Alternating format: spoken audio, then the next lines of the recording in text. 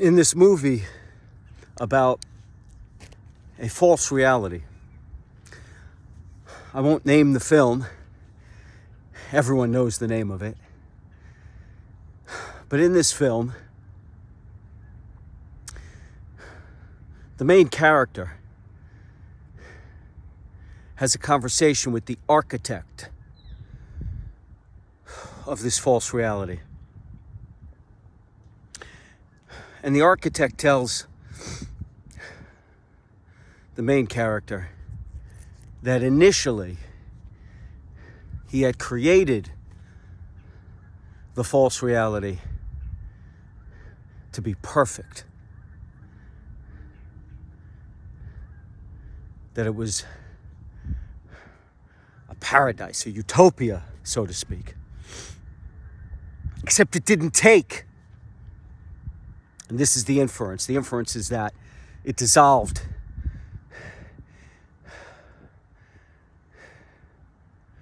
Because the humans living in the false reality, plugged into this illusion, couldn't deal with it. Couldn't deal with the perfection, couldn't deal with paradise, couldn't deal with utopia. And this reminds me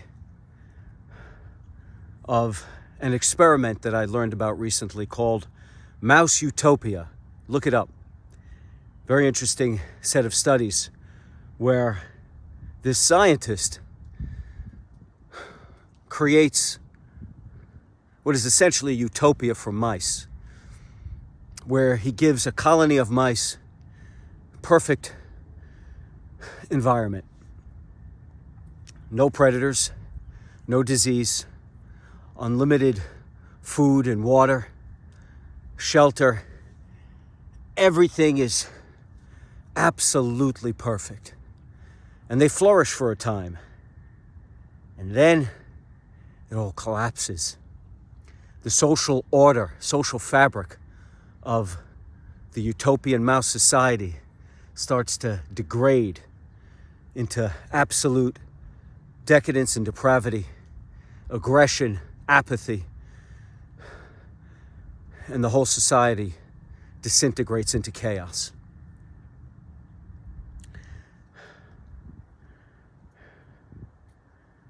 Perfection,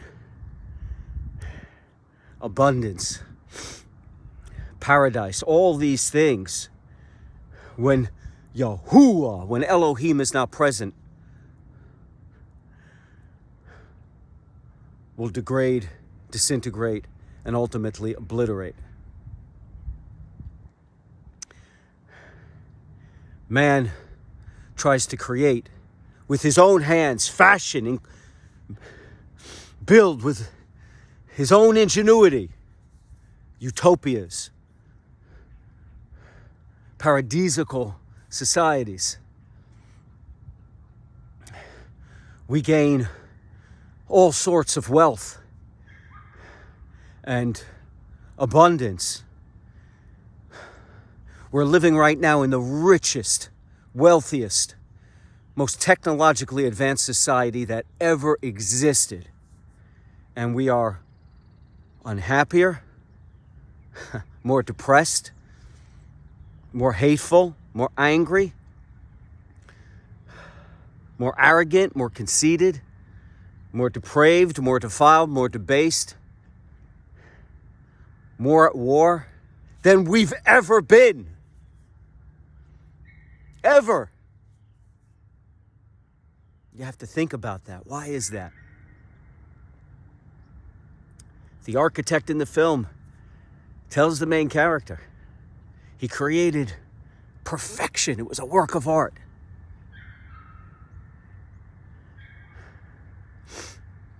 But it wouldn't take.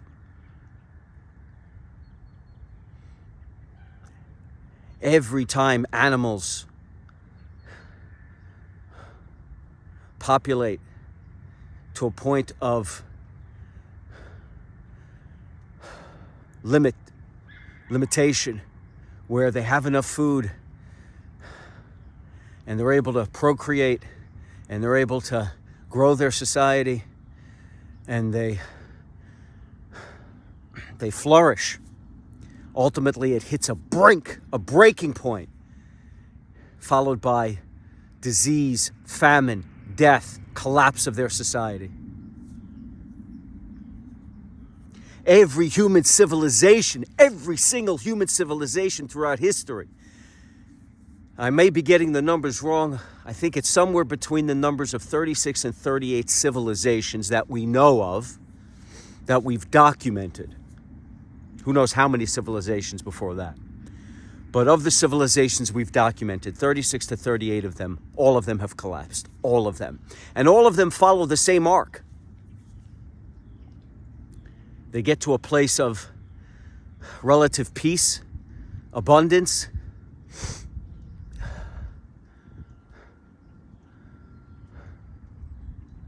enough food, enough shelter. And then through the society's hubris and arrogance and conceit, the endless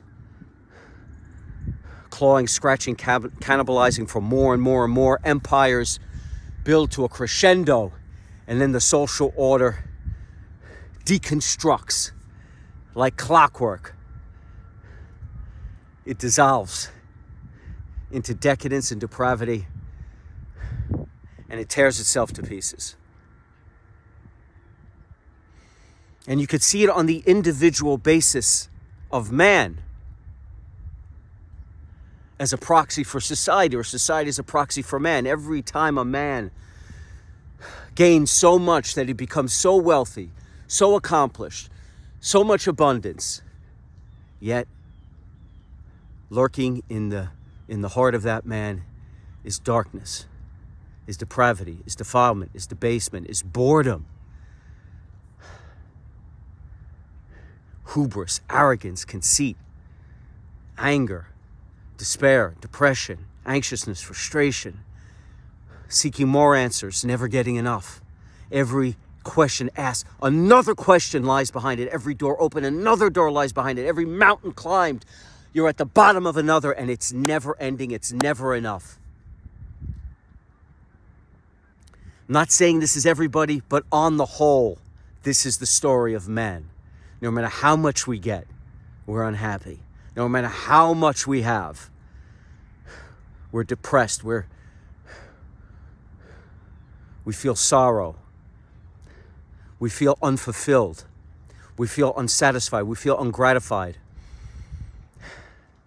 We wonder what it all means, what the purpose of it all is. And then for those who never get anything near that, who never have all these accomplishments, who never become super wealthy or have tons of abundance, and are just struggling to pay the bills, struggling to get out of debt, striving and pushing and hungering and longing and thirsting just to get by day to day, living paycheck to paycheck.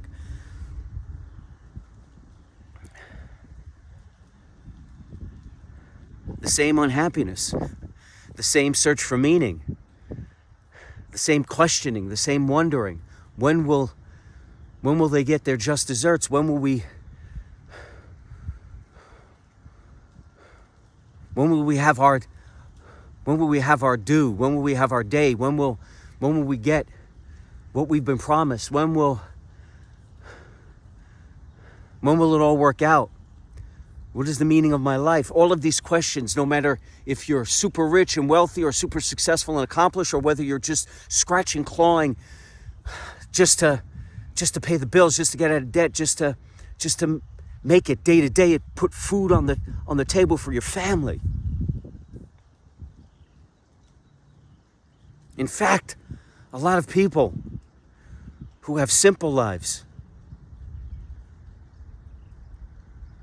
are far happier than those who are lost, either scratching and clawing to pay the bills, or scratching, clawing, and cannibalizing to gain power and dominion over their fellow man. For those who are fighting the fight every day just to get out of debt or pay the bills, never realizing their dreams, never realizing their hopes, never even contemplating or imagining their ambitions or their goals or their dreams or their targets, and just living in this endless cycle of day to day, getting by, scratching by, clawing by. For those, they find deep unhappiness and sadness with their lot in life, and so they escape through drugs and alcohol. And then for those who get it all, who have complete abundance by the stretch of anyone's imagination, wealthy beyond what could be fathomed, they too are unhappy. And it's never enough for them. As I said, you climb to the top of one peak and you find you're at the bottom of another, doomed like Sisyphus to roll that boulder up the hill only to find it comes back down again, and you end up constantly on the hamster wheel, constantly on the treadmill that never ends. And those people who are bereft, soulless, lost in riches and wealth and abundance, they too turn to drugs and alcohol, pornography, mindless entertainment to keep themselves distracted and busy. Fast cars, fast lives, cheap thrills, cheap highs, cheap titillation, whether you don't have anything and you're desperate, or whether you have everything and you're in despair. You still have the same conundrum, the same questions. You're still lost, searching for answers. What is the meaning to it all? What is my purpose? Why am I not grateful? Why am I not happy? But for the simple few who have found Yahuwah, who find Elohim, who find the Most High, and accept Yahuwah, Yahusha into their lives to save them from all of this clawing and scratching and cannibalizing, whether you're on the margins and edge of society or whether you're at the very peak of it, it's still the same warlike stance. It's still the same fight. But for the simple few who turn to Yahuwah, Yahusha, you find that in his simple commandment, you receive everything. To love Yahuwah with all your heart, soul, mind, and strength, and to love your fellow man as you love yourself. And in that simple commandment, you have received the word. You see the way, the truth, and the life. And you are saved from all of it. You're saved from the endless clawing and scratching on the margins of society. You're saved from the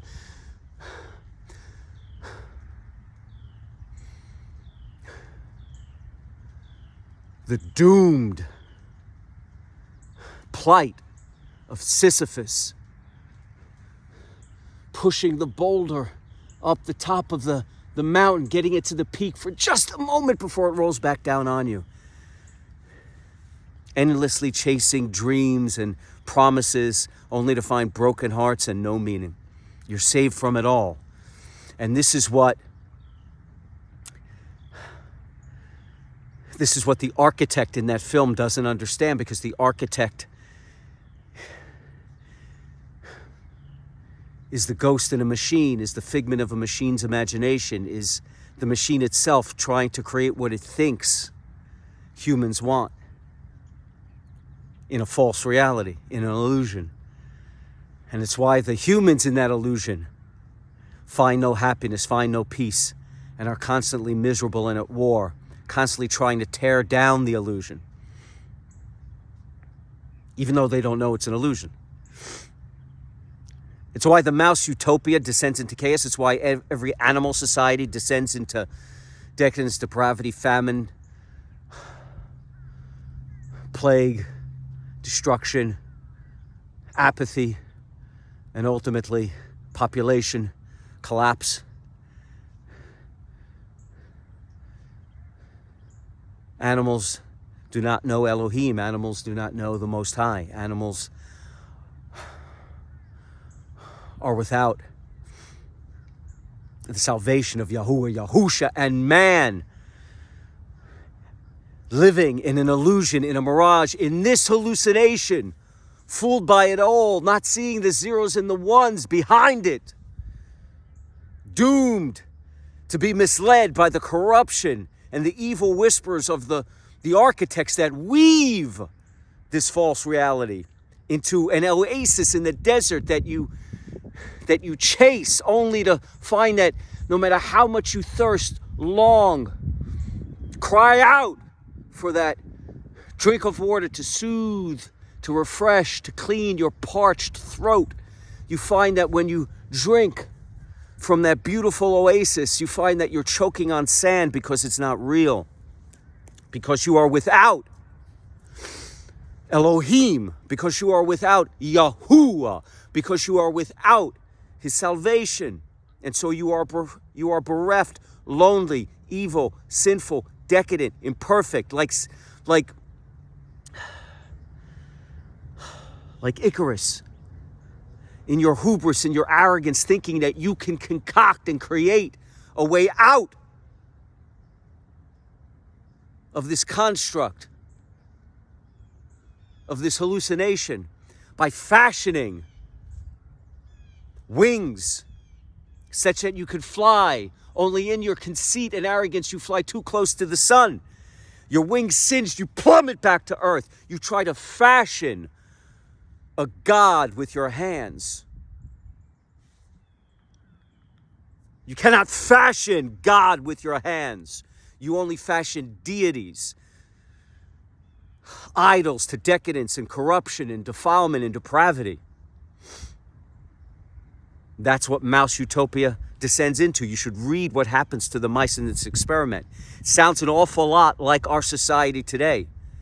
It's actually quite alarming, fascinating. The parallels between what happens in Mouse Utopia and our society today.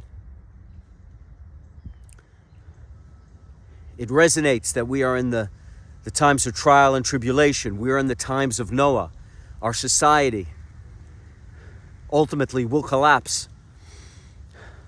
Yahusha will return to judge this world in all its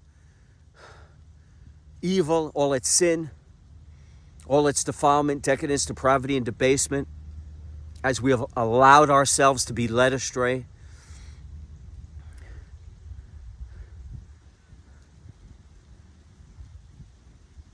But we attempt to fashion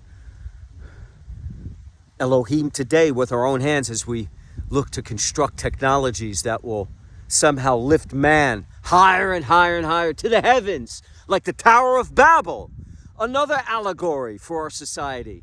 We believe in all of our conceit that we can create a tower that will reach to the very heavens and touch Elohim by our own hands without his help, without his salvation. And what happens? Complete destruction of the tower and the scattering of man across the world, across the planet. No longer able to speak to each other or communicate with each other, because in doing so, we thought that we could not only tame this world, but tame the heavens and fashion a utopia, fashion a set-apart place, fashion the heavens, fashion Elohim with our own hands. And again in our hubris, we are destroyed.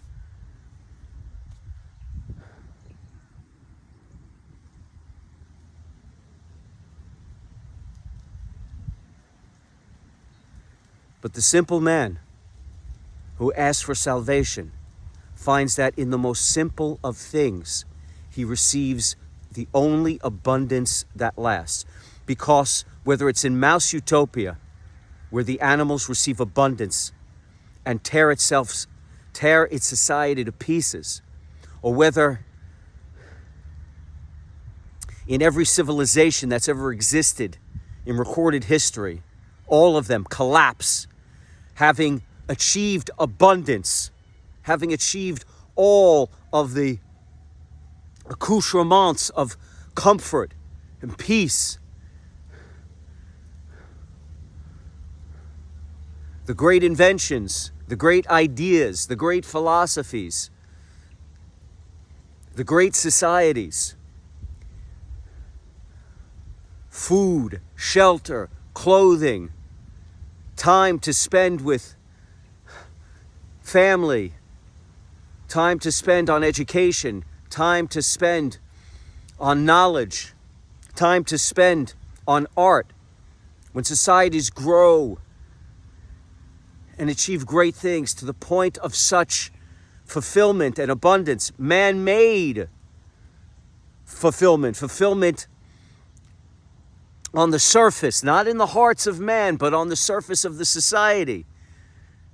Every society that achieves that peak for a moment, sits at the top of that mountain for a millisecond, and then descends into chaos, civil war, revolution, global war, and the empire deconstructs, and the society collapses. Again and again and again, abundance, whether in society or abundance for a single man, drives them insane, drives them into despair, drives them to frustration, drives them to ever clawing, scratching, and cannibalizing for more because it's never enough.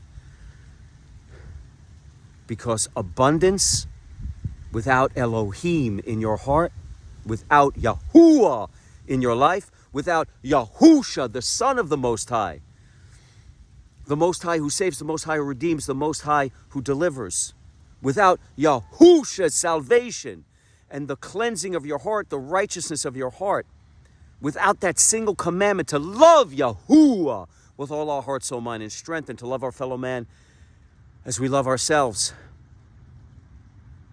we will have no peace, we will have no joy, we will have no healing.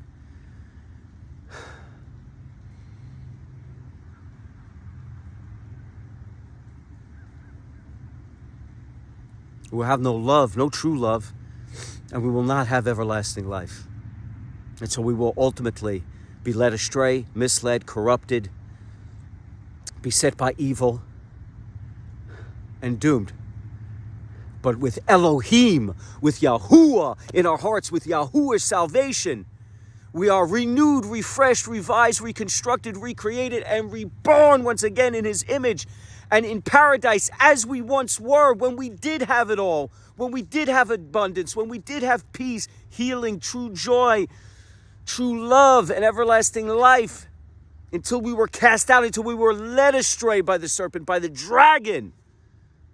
In our hubris, in our conceit, over and over again, this plays out in history, over and over and over again.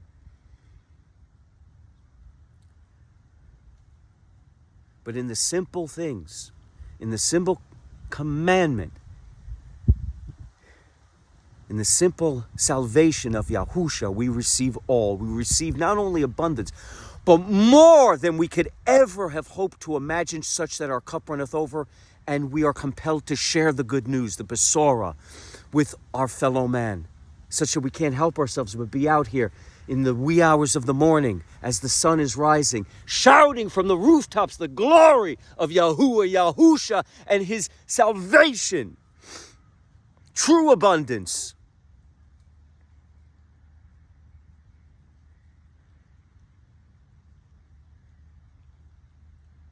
Abundance without Yahuwah is decadence and depravity, and ultimately leads to destruction. But in Yahuwah, Yahusha, we find abundance in the simplest of things. His commandment, ever so simple. Although man will try to complicate everything we lay our hands on, it is ever so simple. To love Yahuwah with all our heart, soul, mind, and strength. Love our fellow man as we love ourselves. And in receiving the word, and receiving His salvation, and receiving His healing, we have the only abundance that ever matters. The only abundance that leads to true peace and true joy and everlasting life.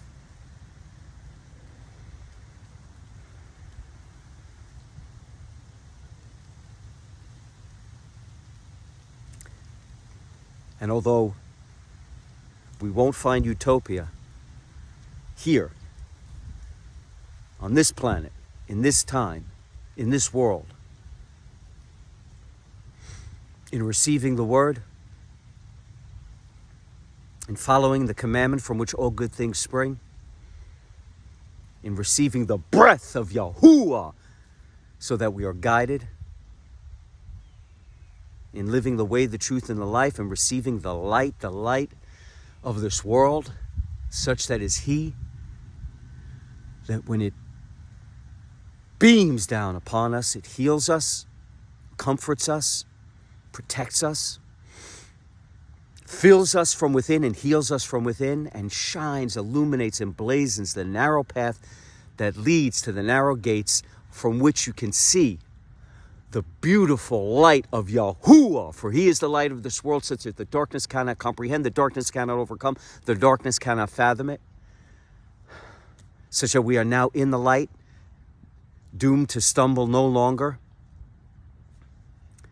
And the light is there. Not that we won't make mistakes along the way. We're imperfect. We will never be perfect until we receive His glory in the kingdom to come.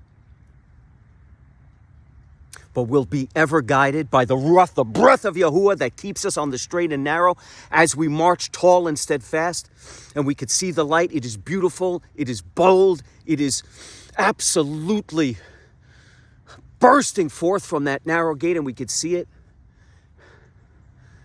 Where Yahuwah, Yahusha, walks amongst us once again. And where all evil, sin, decadence, and depravity, defilement, debasement is washed away. Where there is no more war, misery, pain, or suffering, no more illness or disease, no more murder or death. There is no more Hashatan, Satan, Lucifer, no more demons, no more evil whisperers, no more corrupters, misleaders, or deceivers, no more haters, detractors, psychic vampires, or negative influencers. They are all wiped away, dissolved, obliterated, and crushed beneath His feet. And where there is only everlasting peace, everlasting life, everlasting healing, everlasting joy, and everlasting love. And where we can love, honor, worship, glorify, and praise Him in a manner that pleases Him most, because we are perfect once again, like we once were in Eden, like we will be in the true utopia, in paradise, in the kingdom to come.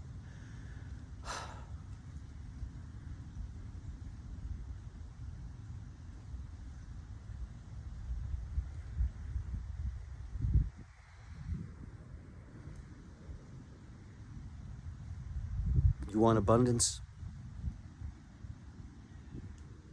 It's simple. Accept Yahuwah, Yahusha as your Savior, and you will see the light, and you will never unsee it again.